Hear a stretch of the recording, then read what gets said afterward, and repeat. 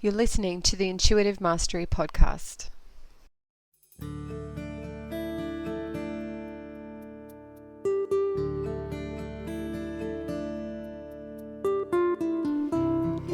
Hi, I'm kateconnolly, and with over 15 years of intuitive healing and teaching experience, I'm here to help you celebrate intuition and value authenticity to create a world where you have the freedom to live your best life.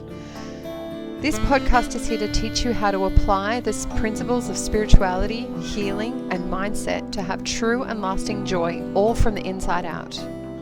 This is the Intuitive Mastery podcast. Hi everybody, welcome to my Intuitive Mastery podcast. My name is kateconnolly and I am your host, and I'm very excited to share my information with you. I always say I'm excited because I am. I run an Intuitive Mastery school online. It covers every person and every budget. We have everything from free memberships through to the more accelerated versions where people can get some one-on-one coaching.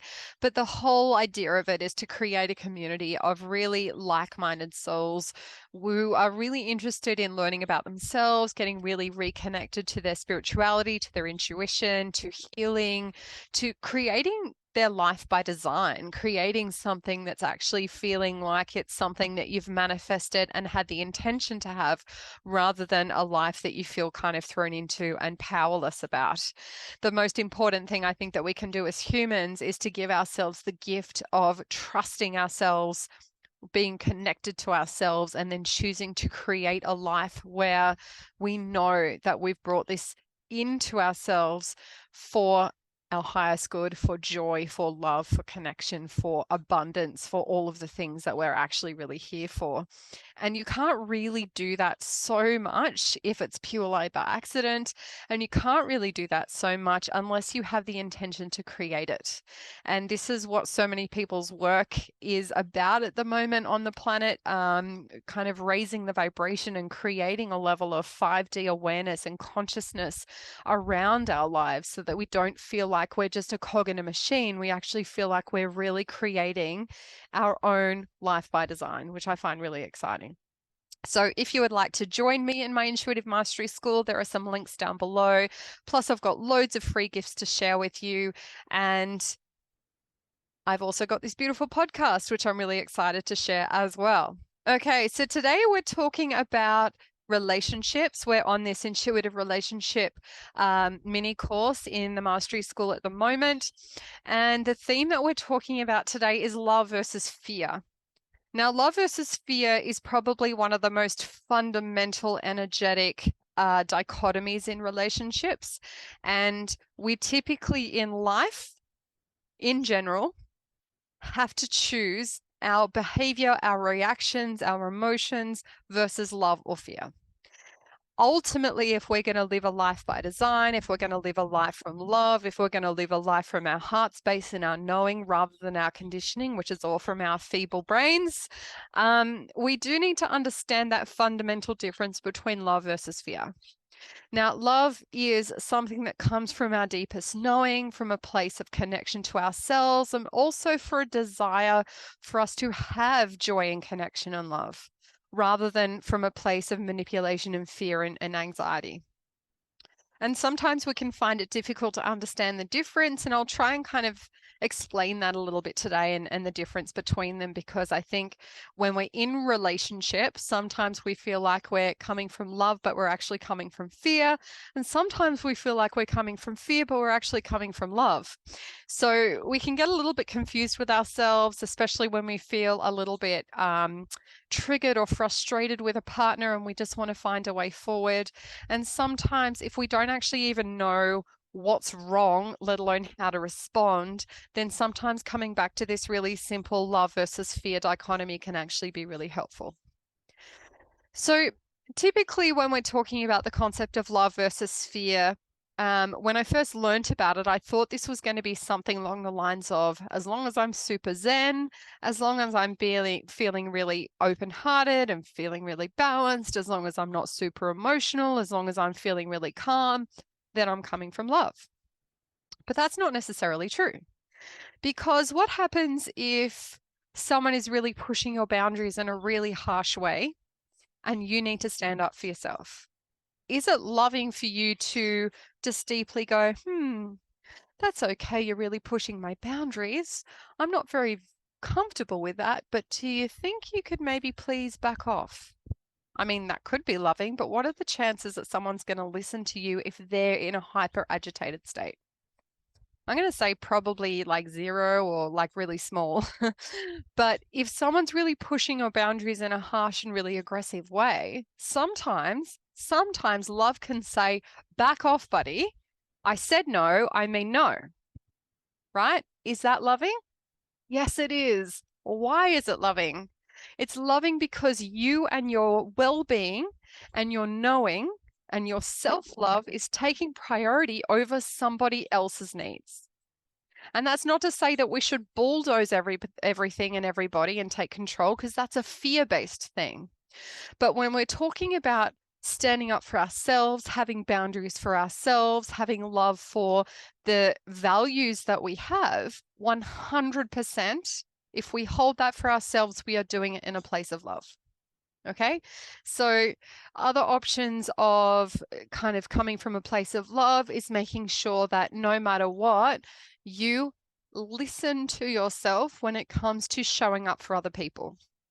So love usually means if I have capacity to do something for someone else, then normally saying yes is a really good thing.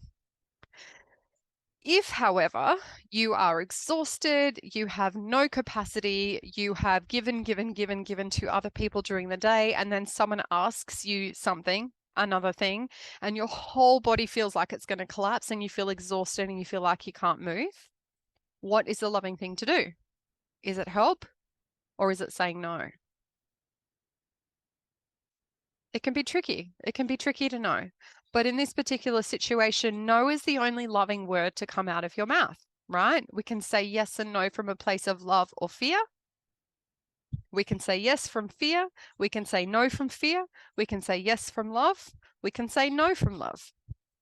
But the main difference is that when we're coming from a place of love, we're listening to our own body, we're listening to our own cues and our intuition, and we're coming from a place of love. Our intention is loving. Now, our intention must always be loving to ourselves first, our partners second, and our children third. And the reason we have this priority list, and I've written about this in my book, which is called The Intuitive Heart Revolution, is that that is the only way that nuclear families will work. It doesn't matter the gender or the sexual orientation of the parents. It doesn't matter whether or not you have children. If you have dependents, if you have a partner, the most important priority list is you, partner, then kids. And there is no other priority list that actually makes a nuclear family work, because the children typically need to know that the parents are connected and loving. The parents need to have a connection so that they feel connected and loving. And we first need to prioritize ourselves so that we can hold space for other people. So we must always have that sense of love and priority for ourselves first. And that's coming from a place of love in general. Now, a place of fear usually comes more from a place of either being a martyr or being over controlling. Now, the martyr, I've done so many videos on the martyr, but I probably will do some more at some point because it's such an important thing. I've lived in martyr before. My mother's lived in martyr before. Lots of other women have, lots of men have. It's just so many different people have been in this martyr syndrome. And this martyr syndrome is essentially kind of the extreme of what I was just talking about before, as in giving and giving and giving and giving, having a completely empty tank, but continuing to still give, right? But the problem is every time we give from a really empty tank, as in we've got nothing left for anybody, let alone ourselves, when we give it, it comes from a place of resentment, like full resentment. It's not from a place of love. So even if I was to give to someone from a place of being empty, all that person would feel is resentment. They're not going to feel it coming from a loving source. And this is where it's so important to be able to tune into ourselves and understand how we feel about ourselves, right? Because you'd think that most of the time giving is always loving, and it's not. If my giving to you hurts me more than it helps you, that is not loving for you or for me. I'm going to feel resentful and even more empty and more frustrated. You're not going to feel like I've given you anything from love, because our vibration and our intention is always more important than the action itself. I'll say that again. Our vibration and our intention is always more important than the action itself. So if I'm going to give to you, but I feel pissed off about it, no one's going to feel happy there. No one's going to feel good. But if I give to you from a place of love and connection, you're always going to feel that. And that's going to be a huge thing.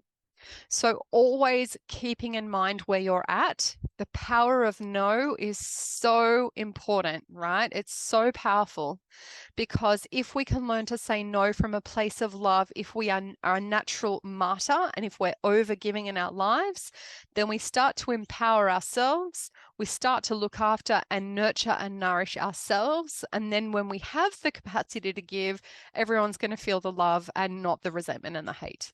Okay, so this is a really important thing. If we tend to work from the other extreme of fear, which is the power and control, then we need to be really mindful about what we're doing to other people when we do it. I've seen lots of people they call themselves control freaks or power hungry. The extreme of that can be a level of narcissism as well. But typically what happens with power and control is that you tend to get into energetic tussles with people. The intention is not connection and love. The intention is usually to win or to create power. Now, the desire and the need to win, or the desire and need to have power, are both fear-based concepts. They are not coming from love ever, like ever. And that doesn't matter if you're a parent, a partner, a whatever relationship that you're holding.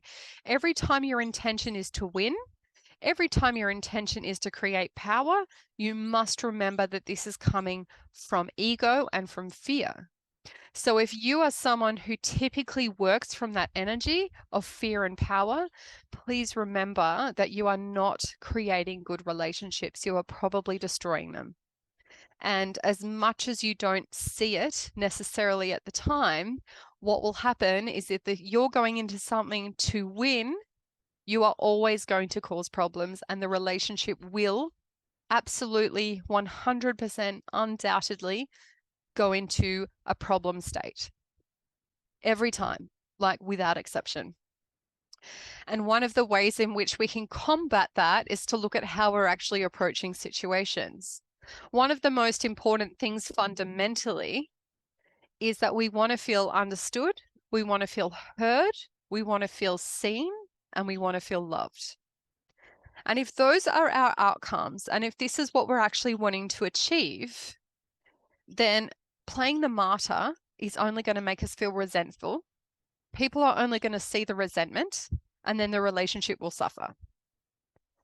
If our intention is power or control, then people are only ever going to see power and control. They're never going to see love, and the relationship will suffer.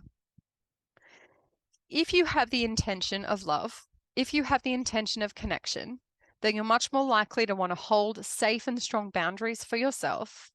Plus, when you want to give attention to someone else, it's going to be received really, really well, because you're going to come from a place of having the capacity to do it, plus the intention of love, right? So the combination of those two things is actually really important. And I honestly believe that most of us miss that in our daily relationships. So if we're trying to kind of combat and understand how these play out in conversations and in relationships, one of the most important things that a friend of mine explained to me, and I find this so powerfully important, is the difference between emotions and outcomes. So the difference between speaking with love and speaking with fear is the difference between speaking your emotions and playing to the outcome. So if you are someone who is typically either martyr or controlling, then typically what you are going to do with your behavior is look to the outcome. All right. If I give all of my energy to someone else, and if I overgive and if I martyr myself to the family, then the outcome must be they're grateful, they're happy, we have a better, happy connection, etc., etc. And because we know now that that's never going to happen, because they're only ever going to feel your resentment and therefore they're going to feel resentful as well, we also know that that relationship is not going to get better. And so the martyr who's looking for all of these outcomes, they're never going to get it. And so they're always going to feel like they aren't appreciated. They're going to feel like they're overworked. They're going to feel really resentful and unhappy about their relationships, and things are going to be really bad. If you are the controller and you're looking for outcomes, that's a pretty self-explanatory thing, really, I think. So you're going to be pushing in relationships to get your own way, to force them to be a certain way, to work towards an outcome that you want through either through manipulation or conversation or bribery or coercion or whatever it might be that you use. But please remember, even if you get the outcome that you want, you will still lose. All right. If your goal is winning in relationships, you will always lose. You're probably either going to lose connection or love or the person itself. Always. Right. So if we want to shift that, if we want to step away from outcomes, then the way that we do it is through emotion. Because our primary outcome is to be seen and heard and connected with and loved, why don't we do that through our emotions? So for an example, we have a cupboard in our kitchen, and it's a container cupboard. We use lots of containers. We don't use glad wrap and foil and things like that. We put everything in containers. And my husband and I like to put everything away with the lids on so we know where it all is. We liked it neatly stacked so we know exactly where all the lids and the containers are, and it's, easy to kind of get in and not spend a lot of time in. We also have 4 kids. So we have at least 2 of those 4 kids putting stuff away, and it's not always super neat and tidy. So if one of us was to have a bit of a frustration about that cupboard, which does happen fairly frequently, we could do one of 2 things, right? We could either get really angry at one of the kids for being messy and force them to tidy it up and tell them how careless and lazy and frustrating they are. We could force them to do it every day as a punishment because they're not listening to what we have to say. And we could basically create the outcome that we want through coercion or through punishment or whatever it might be. Now, we could do that. We'll get the outcome that we want. It's a neat cupboard, but what's going to happen to that relationship? Are we going to feel closer to our kids, or are our kids going to feel really sad and misunderstood and frustrated? All right. They're almost always going to tend to that, oh my goodness, my parents are bullies. They're so mean. I didn't even make the mess, or whatever it is, right? The flip side is that we could come from a place of love, which is talking about our emotions, and just say, hey guys, it makes us really sad when we go into the cupboard and we've just spent 15 minutes just the day before tidying it all up.